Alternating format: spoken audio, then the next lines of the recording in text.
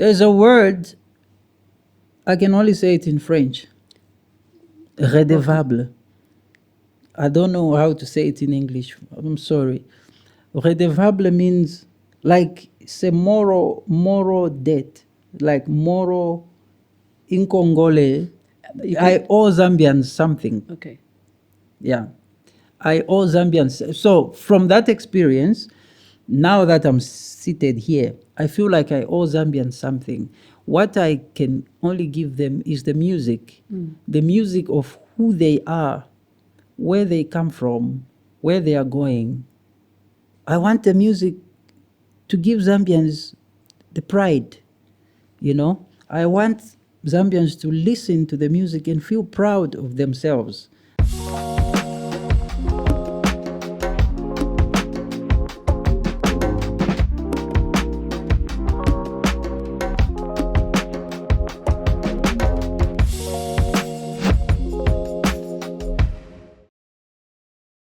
Good day, everybody. Excited again to be on the Nkwazi podcast, Unfiltered. Today in the studio, I have an amazing artist who is described as Zambian, as Congolese, a guitarist, a producer, a songwriter, somebody who adopts rhythm music, all sorts of music, Zambian, African folk. It's limitless. I have in the studio with me today, Mumba Yachi. Thank you. Welcome. Thank you, Chana. Thank you very much. How are you? Thank you very much for this warm welcome. How are you? I'm okay. I'm doing fine. Good. So today we're going to have a conversation about you, your life, your career, personal aspects of it, and anything else that you feel you want to talk about and that we feel free to talk about. Yeah, sure. So I want to dig in straight away with the name. Where did it come from? Yeah, it's a beautiful question. I've explained this name so many ways. Because this is Nkwazi and this is Zambia, and I need to explain a little bit more on the depth of it. So Mumba also means in the house. If you go to Zimbabwe, inside the house, Mumba. Mumba also means a creator, the one who creates, ukubumba. Mm-hmm. Mumba also means something that comes from the ground. You know, it's a name, it's a spiritual name.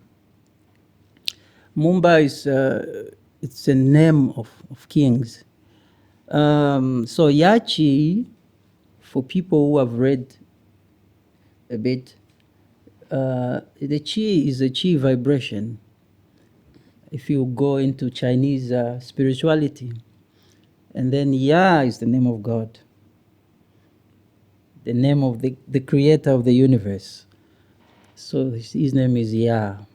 So Yachi is for people to ponder what it is all about. It's not a name. It's beyond a name. Mm. So did you obviously you sat and created this name because we thought about where you were coming from, your life, and who you were and where you wanted to go? I didn't really create it. It came to me. But to answer your question is, when coming into the music industry, I needed an African name. I needed a name that sounded indigenous. I needed a name that sounded rooted. Yeah, I didn't want names like, like T1, like, yeah, like we know those names. QRD. We know those names. Yeah, I wanted the name when you hear, because I was inspired by people like Yusundur, Yeah, Yusundur, Lokwa Kanza, so Salif Keita. I wanted those names, Fatumata Diawara we have today. But in those days, I could see into those names like Yusundur, Salif Keita, Lokwa Kanza. I said, I need a name that sounds like that. And unique. And African. But obviously you still, we'll talk about that a bit further on, but obviously you still have your original name. Yeah, yes. So my original name, when you call me, my mother, she calls me Chichi. She calls me Cedric. My father he calls me Cedric. No? Cedric, Mukenge, Fundi, Mumba, Yamfwa, Chitenta, all those are my names. So Yamfwa, Chitenta, actually, that's Yachi. As a firstborn, you have a lot of names, eh? Yes. As a firstborn, everybody want to give you a name. Want to give, maybe this one or that one. So when growing up, you start to pick. Okay, I will get this, I will carry that, I will carry that. Yeah. And also because you grew up with two nationalities, really. Yeah, I can say so. Because you lived very much in a town that borders Congo Congo and Zambia. Yeah. What was that like? It's how can I say it? It's a very natural thing, eh? It's a natural thing whereby that's a life you have been living. That's a life you know. You know that when we want to buy mealie meal, we go to buy in Zambia. When we want to buy sugar, we buy sugar in Zambia. When we want Kalindula backyard, that is in Congo. When we want to go to the field, that is in Congo. So it's like, I always talk about this, like the food that we eat every day in Mokambo, it is the mix already. It's mixed. The mealie meal came from Zambia and the ndio came from Congo. So, so it's a natural thing. It's a natural thing, but the people of the town you came from, remind me the name of the town? Mokambo. Mokambo. Mm-hmm. So what do they call themselves, like to say that we're a union of Zambia and Congo? Oh, okay. Okay, this, we talk about borders, huh? But Mokambo is also part of the Lumberland. Yes. Yeah. Okay. I feel like the Lumberland in Zambia is one of the biggest lands. But it's also because of the border thing. But if we want to go with the Lumberland, it goes up to Congo, to Lubumbashi, Mokambo, all that. You will find Lambas, Lalas, yes. They are there. So you will find Abalamba from Congo. Yeah. You will find Abalala from Congo. They know that we are from here. Maybe some have their chief in, some Lambas have their chief in Mokambo. Chief like Chief Katala, for example. Chief Katala, even Chief Chimese, for example, from Chembe. He has some people also pay allegiance to him from Congo, Mokambo. So it's just that kind of beautiful confusion. And beautiful confusion. Do you think that added to the richness of, because it feels like a whole combination and entwinement of culture, and then do you think that added to you deciding or naturally becoming an artist? Yeah, I think so. I think that beautiful confusion made me to be what I am today, because even the music in my home, my dad had a lot of records from starting from Kofi Olomide, Emmanuel Molemena, and there were a lot of choirs in Zambia that were making a lot of vinyls. Those choirs, there was even a choir from Mokambo. I think I will send you the record. Yeah. So there were that kind of music. So reggae, you talk about Peter Tosh, Bob Marley, you talk about Piquet Shara came a little bit later, but there were other musicians like, especially Emmanuel Molemena. My father used to enjoy a lot of his music. So even my musical, my way of consuming music was also mixed like that. You don't really differentiate like this is from where, this is from where. You just consume everything. That summarizes your name as well, to be honest, because it's like I can't call your name a beautiful confusion. But yeah, now you've given me a statement in my mind. Yeah, sweet confusion. Sweet confusion. And your mother, of course, was a choir singer? Yeah, my mother, yes. My mother singing in church, in the choir. Yeah. My mother, actually the one who really inspired me to be a musician. I think so. Though she never liked me to be, to be a musician, a professional musician. It's like today you can see a mother taking their son to a pitch, football pitch. They want their son to become footballers, It wasn't like that. Yeah, because they know how much money can come out of it. But it was not like that those days. So could she see the creativity in you already? Yeah, she could see that. She could see the creativity in me in church. Things like that. In church, she could see that. But taking music like a profession was not really something they could think about. No, not then. you know. So when I wanted to embrace it as a profession, it was a surprise. But my dad had an idea. My dad knew something. My dad knew that music can be taken as a profession. Yeah. So you finished school. Mm-hmm. When was the moment where you said, I'm now doing this. This is who I am. This is who I want to be. Uh-huh. I was 19, I think. I was 19 when I went to the university. I was supposed to do psychology. Where were you? Where did you go? Yeah, I was to the University of Lubumbashi. So when I went there, I was like, The same. This is not for something. me. Something is not right. Something's off. Yes, though I love psychology, that's what I'm doing now. Now I have time to do it, But then I didn't have time. Music was calling me to work. So when I went back to Mokambo, I told my dad and said, no, I think I want to embrace music seriously. He said, yeah, I've always told you that you are 19, you'll be 20. This is the right time for you to start that career, because once you have a family, it will be hard for you. So this is the age that you can do. So what do you need? I said, I want to go to Lusaka and start the career. I said, okay, so when do you want to go?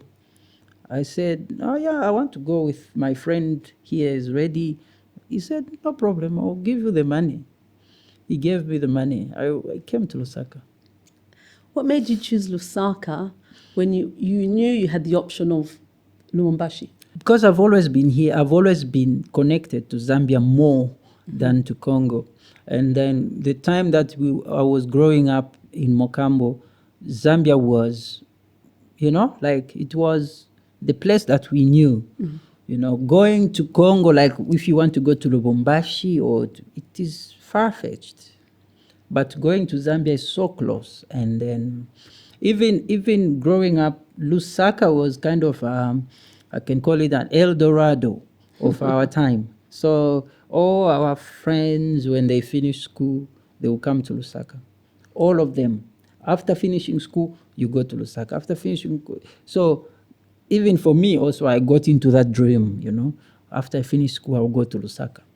So now you're in Lusaka. Now I'm in Lusaka. How does it kick off and how did you start? Yeah, so I feel like I was the first one to leave Mokambo and come to Lusaka as a musician, to do music. Because others were coming for further studies and others were coming for business, maybe in the Comesa, for more business. Yeah, so for me, I came for music and it was not really something easy. That's why my first attempt, I failed to do it. Which was? To record music in Lusaka, it was expensive. Studios were expensive for me, and then also time and distances. Sometimes you leave from home to the studio. The studio is in Roma, and you are in Kanyama to go to this. It wasn't really easy. So now and it was expensive. All my money finished. The money my dad gave me finished. So you're now beginning to write. Mm-hmm. You're now beginning to produce. Mm-hmm. But how did you decide, or what took you to, I want to write in French, today I want to write in Bemba, or this is the rhythm, this is my mark, this is my rhythm? Yeah, I think... My combination. Yeah, I think for me, up to today, I always make music like it's out of love. I make music to propose to people something that is not there.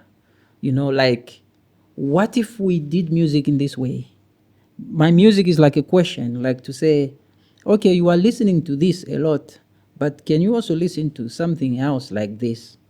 That's how my music always is. Like, I'm trying to propose something that is not there, So even when I was listening to music, when I wanted to come into the music industry, what I wanted to do was not there.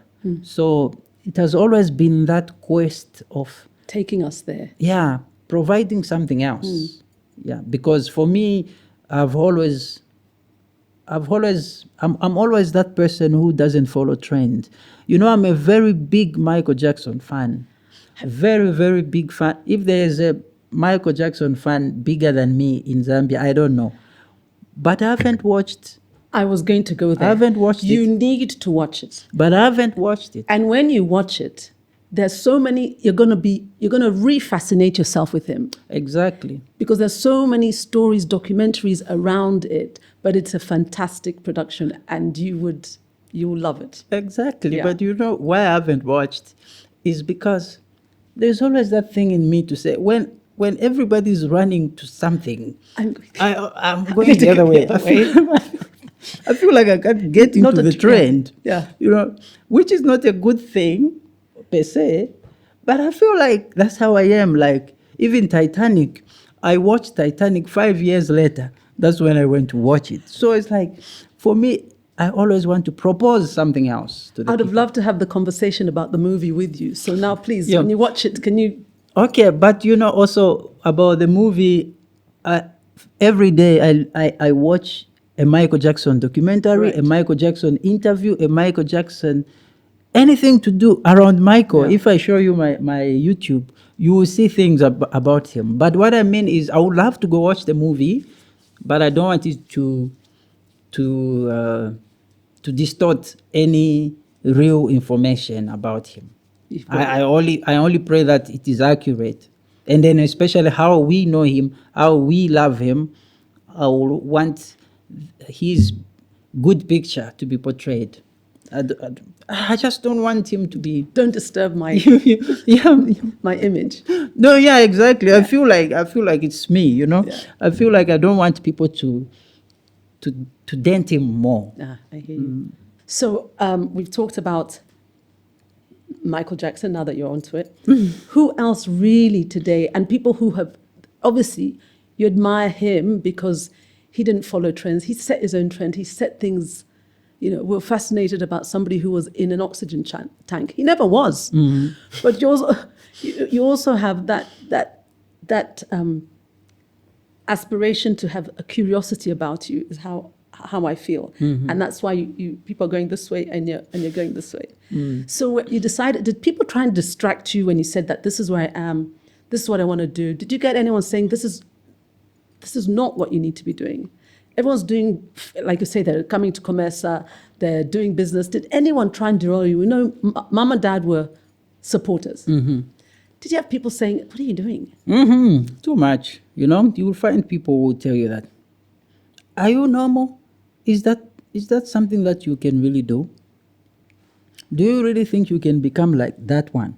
Because they were talking about names that were already there at the time. So it was impossible. Yeah, for the people that I grew up with, it was impossible for me to also become Mumba Yachi that I am today. But the passion in me was bigger. Yeah. And then also what I wanted was more of expressing myself, see myself on a record, on a CD. That's what was my dream, the bigger dream. Tell me when it happened. So when I came to Lusaka, my first attempt to record music was hard, difficult. My money finished, and then also my, movement, and then studio was expensive. So I went back to Mokambo. I went back and told my dad that it's a bit hard to record from there. I want to record from Mufulira, because now Mufulira is 15 kilometers from Mokambo. So I said, I want to record from Mufulira. So now there, I will need some money to record. And then he said, no problem. If you need money, you work for it. If you work for it, every day I'll be giving you your studio money. So I started working for him. Doing what? In the field, the garden, because he and mom, they are good in farming, especially onions. So I work for him. He will pay me. I will go to the studio. I work for him.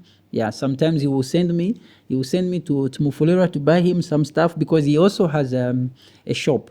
a home shop.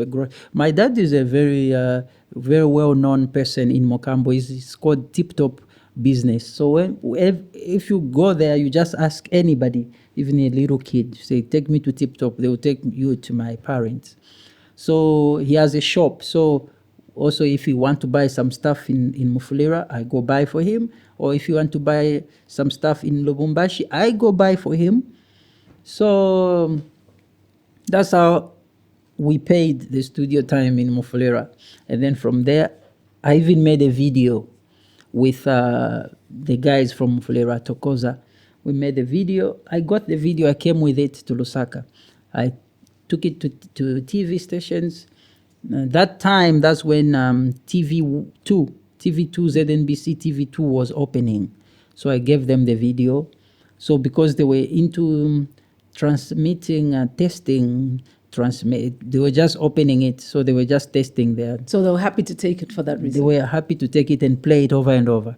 So when they played it over and over, people liked it. People liked it so much. And then it was like a beginner's like boom, oh, Mumba Yachi is everywhere. I released another video. It was, so for me, I didn't really struggle too much. Okay. Yeah. Tell me, when you're writing, do you decide which language you're going to write in first, or which comes first? Because you write in so many languages and sing in so many languages. Yeah. Which comes first? What comes the first? The rhythm or the language? What comes first is the melody. The melody comes first. And then second, what comes first is you sing what musicians call yogat, like the yogat language. It's a language that is not there. So you are just murmuring around the melody. And then that yogat language, it will tell you which language to use, Maybe there can be a little bit of a Bemba word somewhere, So even talking about Michael Jackson himself, he talked about let the song come on its own. Let the song force itself on you. Don't force yourself on the song. When I heard that, I knew that it was true, because even for me, the more I play the guitar, the more the guitar will tell you what to sing and what to say. The more I play, the more it tells me. So you listen a lot to the guitar. It will tell you everything you want to say and to sing. Yes, it will tell you. You the singer, the guitar is telling you that sing like this. And then you just let it flow. Just let it flow. Sometimes it can even tell you that this need to be in Luvale. But I don't speak Luvale, though I grew up also with people from Angola, a lot of Chokwe people in Mokambo. Though I don't speak that language, but the song tells you to say it wants to be in Luvale. Then I will find somebody to translate for me. So now this launches in 2009 and things move on and Mumba Yachi is everywhere. So what happens when you talk about that, the nature of Lao, the music comes to you, as it were? What happens when someone wants to collaborate? Isn't that difficult to, and there's also pressure when there's a collaboration. Isn't it difficult for the music to come to you? No, it is also the same, because most of the time, the people I collaborate with most of the time, they don't tell me what to do. They just give me the beat and they say, can you do something here? So it's the same process, whereby you listen to the beat also tells you what to do. But obviously your life obviously from 20 years on is very different. You obviously love what you do.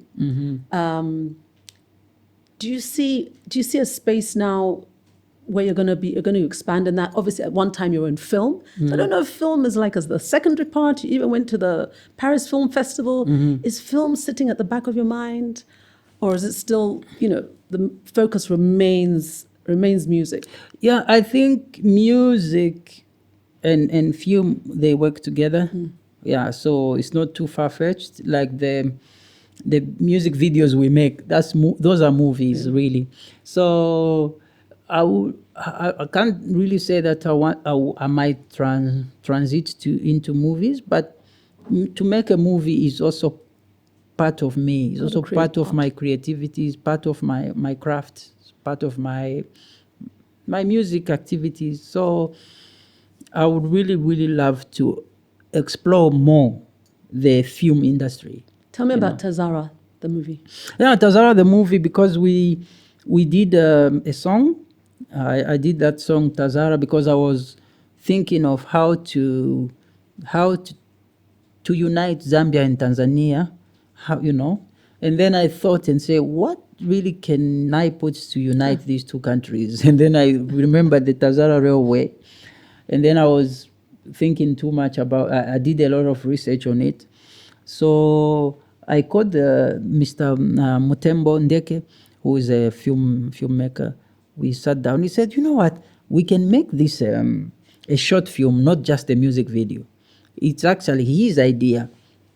That's how we started expanding the story, because I created a story that is talking about this Zambian boy who was born in Zambia.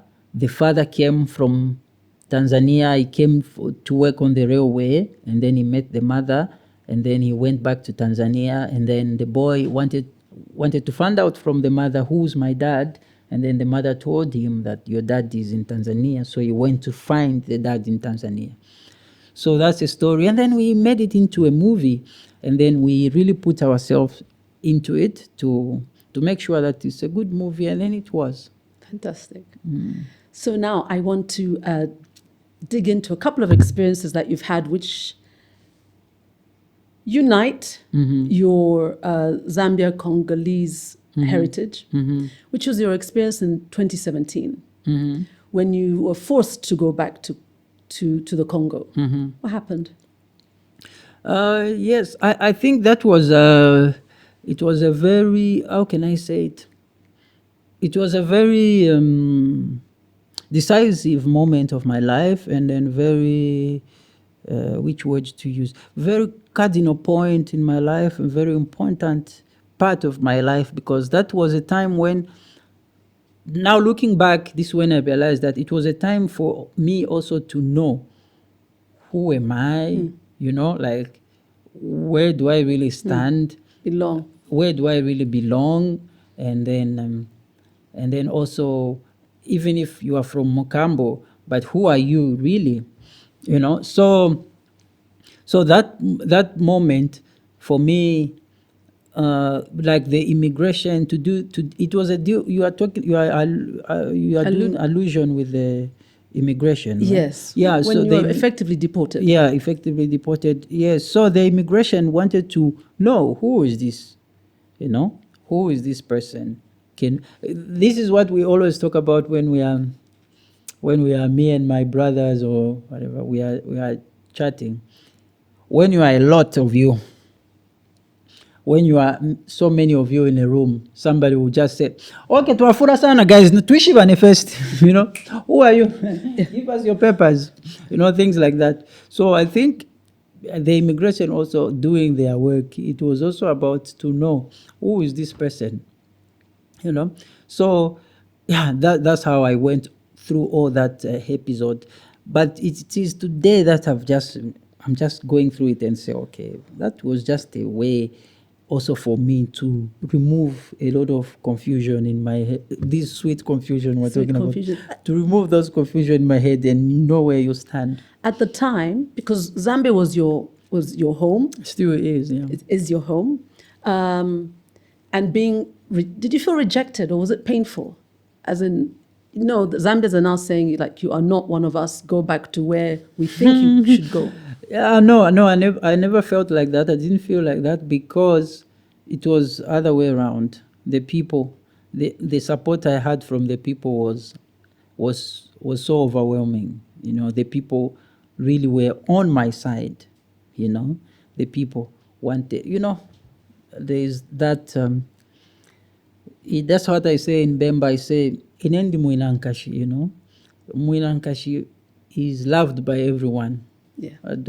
I've never even killed a fly. I can say that, like Michael Jackson. I've never even killed a fly. So I think people were, they had that sympathy on me. But it So also, so I never felt rejected. No, no, no, no.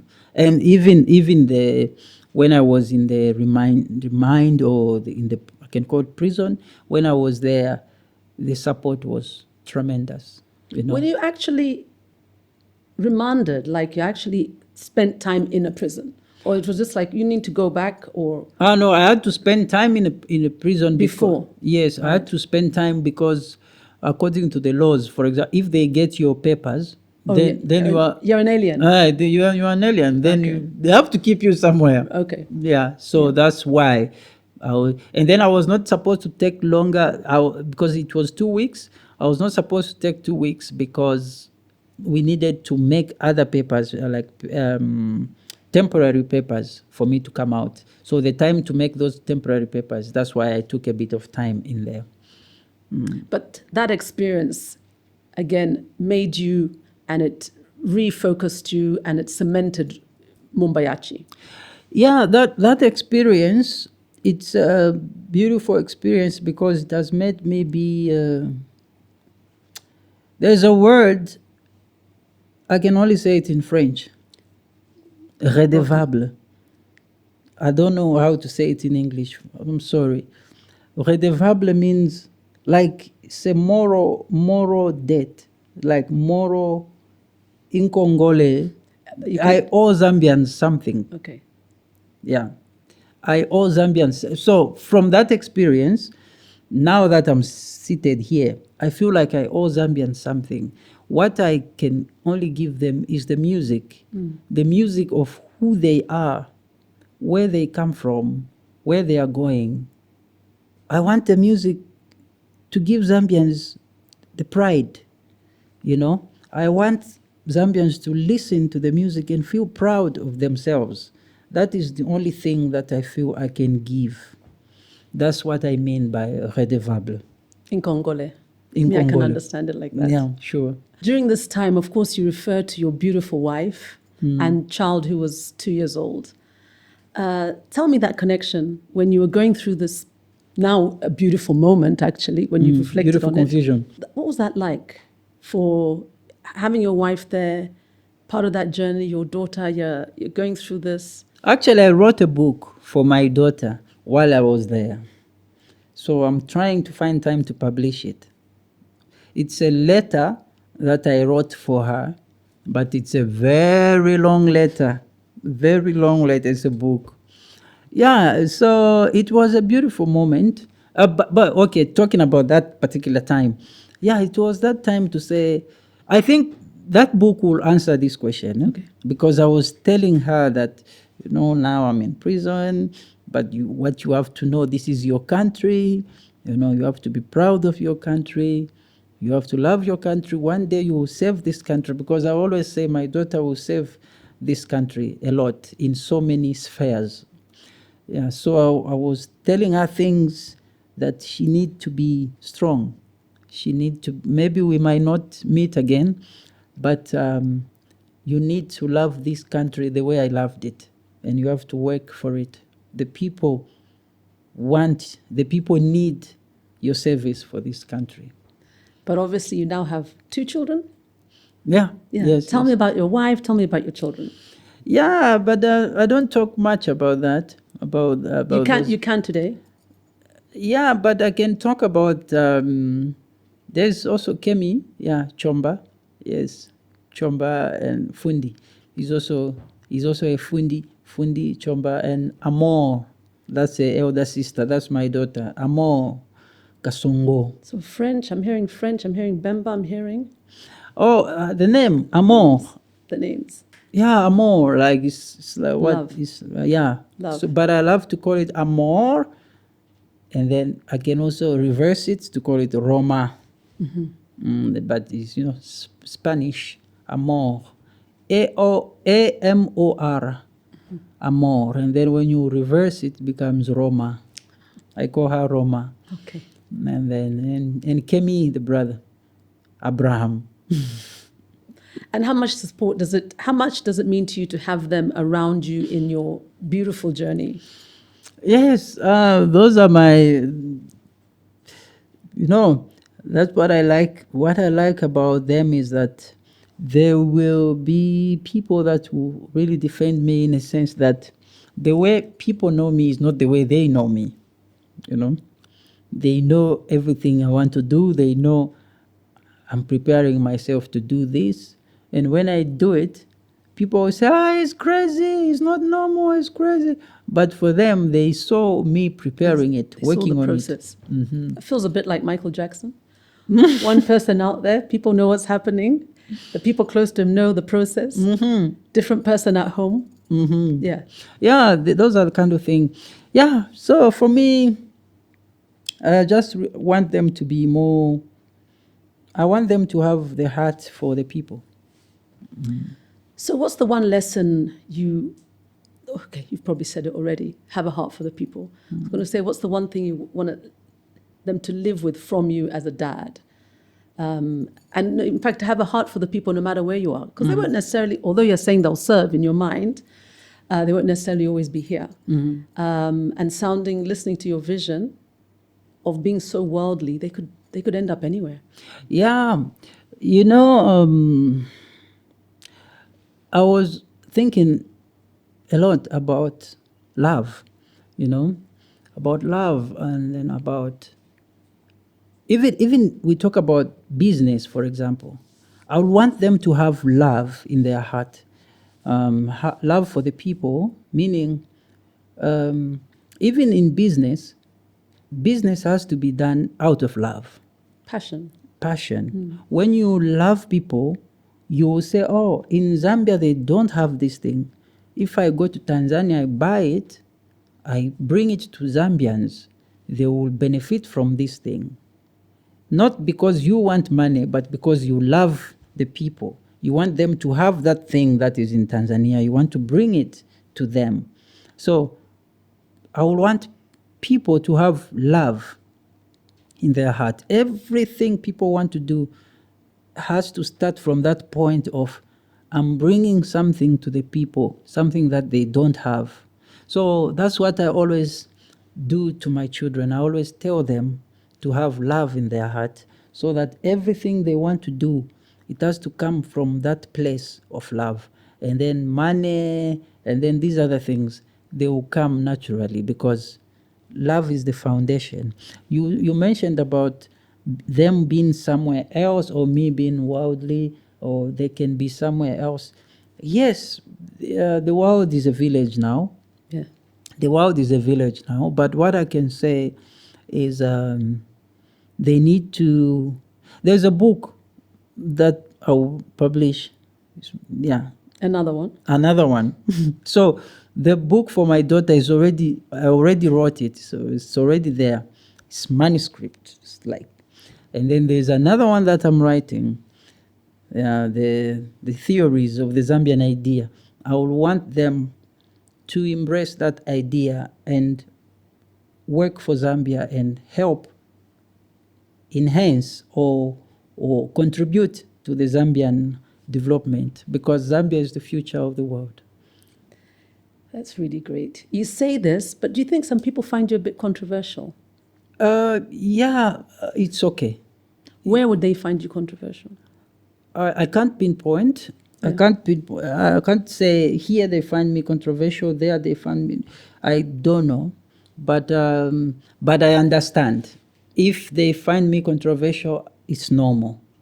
It's very normal, because when you have an idea, you don't expect everybody to embrace it. No, we are different people. So you can do something today, people will be for the idea. Tomorrow you do another thing, they don't embrace it. So we keep on moving. Now I'm going to you keep on moving, and you do with your dress, of course, which I love. But you've done some controversial or interesting dress codes. Does that just come from a moment of, like, I need to make a statement, I'm going to do it through dress? Or this is just how I feel like dressing up today? Yeah, I think dressing for me it's a statement. Yes. Yeah, it's a statement. You have to, like I'm wearing green and blue. So my album, my latest project is called Blue and Green. So that's what I'm wearing. So it is always a statement. Um, Sometimes it's for people to look at what somebody is wearing and try to understand, especially an artist. They need to understand, like, what is the message behind this? They don't need to go to the conclusion that this man is crazy, but they need first to ask themselves, what is he trying to say? That's the thing. So every artwork is a question. So they need to answer that question, you know? Tell me what you're trying to say with some very significant moments where you wore underwear on your head, number one. Secondly, mealie meal, a suit made out of mealie meal. What were those about? We start with underwear. Just, just Google that. If you Google, you say, what is the meaning of putting your underwear on your head? It is there. You on can tell Google. us. It is also a statement to say somebody is thinking a lot. Somebody, maybe if, when somebody is tired or somebody is studying a lot, so they are into that moment, they want to create something new, they can do that. And then also for me, it was also a statement to say there can also be something, something fashionable, you know, fashion forward, where, especially for people with long hair, you know, one part can come from this side and then another part from this other side, and then we can write. This is an idea I'm giving to fashion designers, so we can reverse, because when we put the underwear like this, the writings will be up, but we make it deliberate. We write them down. You can write the brand here, you know. You put if Fendi does this, people will clap. If Gucci does this, people will clap. But what did they do when Mumba did that? He's crazy. He's mad. He's mad. But this is if Kanye West does it, they will call him a genius. But I know that's how it is. Anything you've done fashion-wise, music-wise, that you've regretted? No, I don't regret. I don't regret. And a lot of things I did, some things I did, I was 34, 33, 32, 33, 34. Because then I was saying, after 35, I won't be a young one anymore. I won't be a youth anymore. So let me do everything before, so that I can be telling my grandchildren to say, look, when we were young, we did everything, guys. Twafuele na mapanti, twafuele kumutwe. You know? So it is just a way of saying, I'm young, let me do things like a young person quickly. Yeah. You know? So wearing a jacket of mealie meal, it was also a way of saying mealie meal is very important in people's homes. You know, you can call me crazy, you are laughing at me. You have even a strength to laugh because you have got mealie meal in your home. If you don't have mealie meal, you can't laugh. Yeah, so it was also a way of, because I had the partnership with that brand. I asked the brand to say, I need 50 bags of mealie meal, because I needed to take the bags to prison. And they gave me 50 bags of mealie meal. You know, that is the most important meeting I've had in my life, where it never took long. It just took 2 or 3 minutes. You know, you just enter in the office. I say, I need 50 bags of mealie meal. They say, when? I said, such and such a day. They say, okay. You know, and then I said, so in return, I will wear a jacket. They said, no, it's fine, no problem. But you still did it. But I still did it to say thank you to them. Yeah. Yeah, so I'm happy that it went well. What's sparking you creatively right now? Like What's giving you the vibe? What is it taking you? What's moving you right now? What's moving me right now is these ideas you have here in Nkwazi. Yeah, these are the things that are moving me, like to explore the riches of Zambia. Like there's so much that people need to know about Zambia, so much that people need to invest in about Zambia. So I'm more interested in business ideas, you know, like if we go and open a pure juice factory in Mwansabombwe, you know, those are things I'm thinking about. Mango juice in Mwansabombwe, the factory, those are things I'm thinking about. How we can make and export to the world, you know. People are drinking pure juice from Zambia. Those are things I'm thinking about. How can we have a farm of rice in all that part, in Chief Kazembe's area, you know? And many of the places you're talking about, many of our audiences would not have seen or experienced. Yeah, you see. So those are things I'm thinking about. You look at the place, you say, come on, this is Vietnam, you know, this is Vietnam, this is rich, you know. So those are things that are getting me creatively. Like that's why my albums are talking about those places, you know, those waterfalls, those rivers, you know, those trees we have in Zambia. You know, in Zambia we have Mulombwa tree, you know. A Mulombwa tree is that red tree, you know. In Mokambo, where I come from, the church of Mokambo, the benches of that church were made in 1961. Up to today, those benches, when you look at them, they look so neat and they look so new. But they were, you know, that's a Mulombwa tree. It's a very rich tree. So honestly, if you're not doing the Mumba Yachi story right now, your story would be in a business that promotes and probably uses our richness in Zambia. Yeah, but it is also kind of impossible to dissociate Mumba Yachi and music, because without music I can't live, I can't be. No. But getting your idea, my music has to be, I feel like my music has to be purposeful, you know. That's the purpose of my music, is to make Zambians know what they have, you know, because we don't only have copper, Yeah, of course. and uranium, gold, and Yeah. malachite, and what is this other one? We are number 2 in the world, emerald. But we have a lot more of other things like trees, you know, powerful trees in the world that they make Mercedes-Benz using our trees, you know. So I shouldn't even try to pose this question because it was somewhere there. So I was going to tackle you on the fact that if somebody said, you've answered it, if somebody said, there's no more, some young child came and said, there's absolutely no, music has stopped, there's no music right now. What would that? No. Then I'm gone. I can't live without music. Impossible. No, music is for everyone.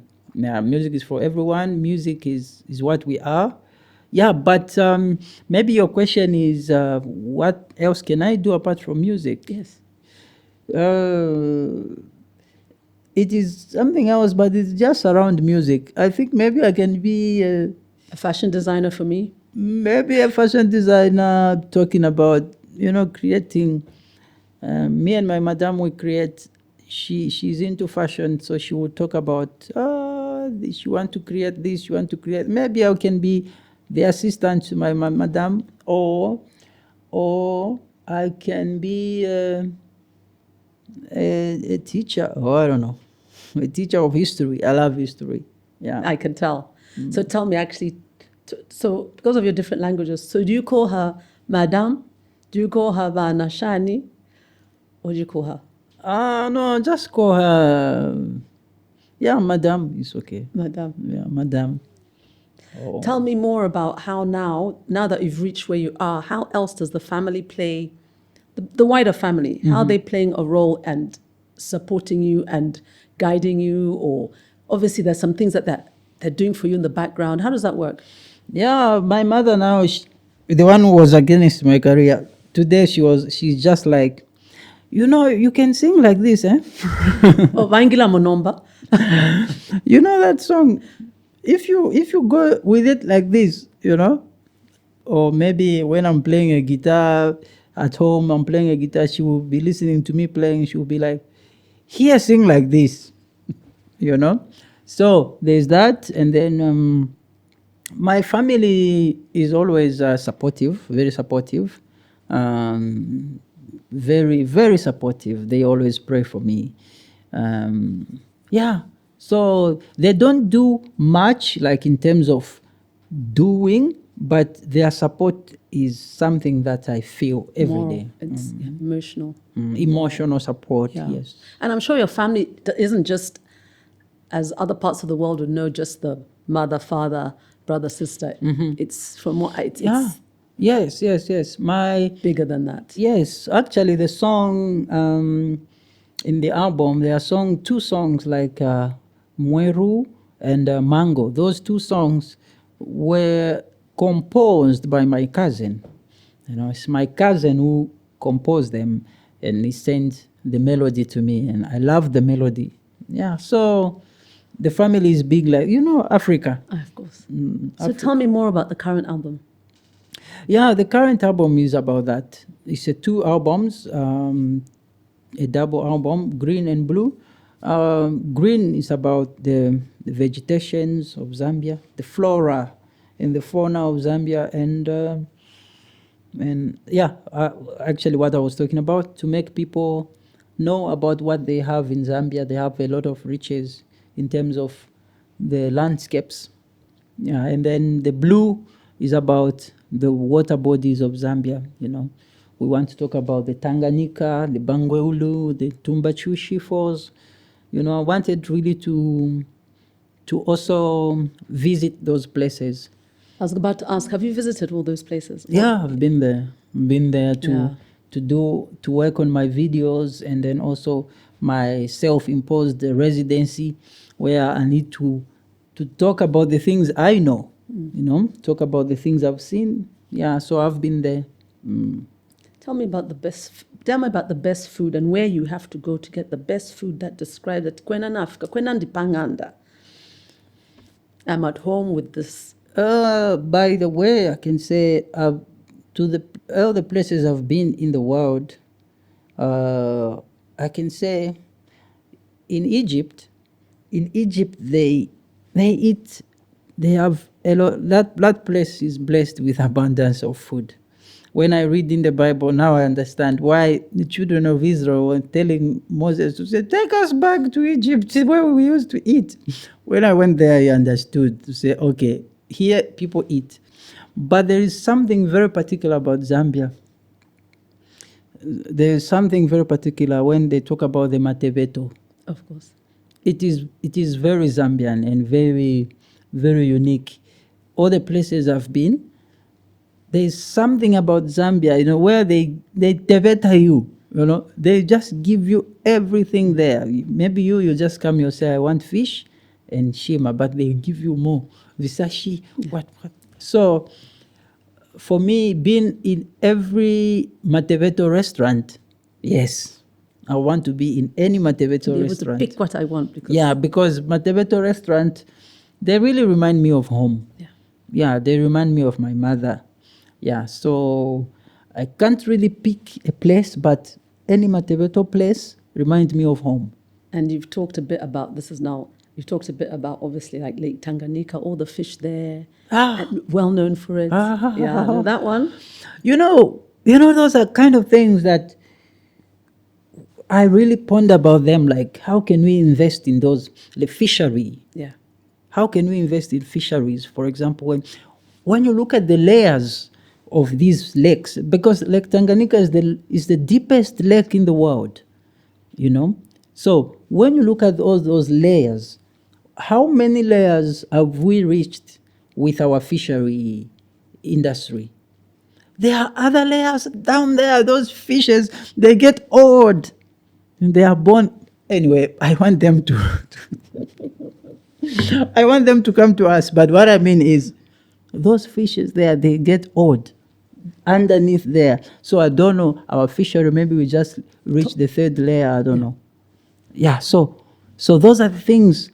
They are kind of fish that we have never seen with our naked eyes. They are there in Lake Tanganyika. They are just there. They are just there, going round. They have nothing to do. No, you certainly know. You certainly know your Zambia, is what I can say. I don't know if there's anything else you want to talk about a little bit more from my side, from your side. No, I'm just happy to be here. I'm happy to be here. The pictures I've seen and the love that you have for Zambia, and the love that you have for Zambia, and how much you want people to know about Zambia. That's what I was saying to say. I really feel very much at home seeing all the articles that you have done about Zambia. No, thank you very much. I think Nkwazi is proud of the work that they do, and it is about telling the stories of Zambia and the people of Zambia, Exactly. like yourself, which is why you are sitting here today. Sure. Yeah. Because Nkwazi is the bird. Yes. It's a very beautiful. It's a beautiful concept because as an eagle, that's where you see the panorama of things. When you are up there, that's when you see things correctly. And the ego sees things right because of the vision. So it is a very beautiful concept.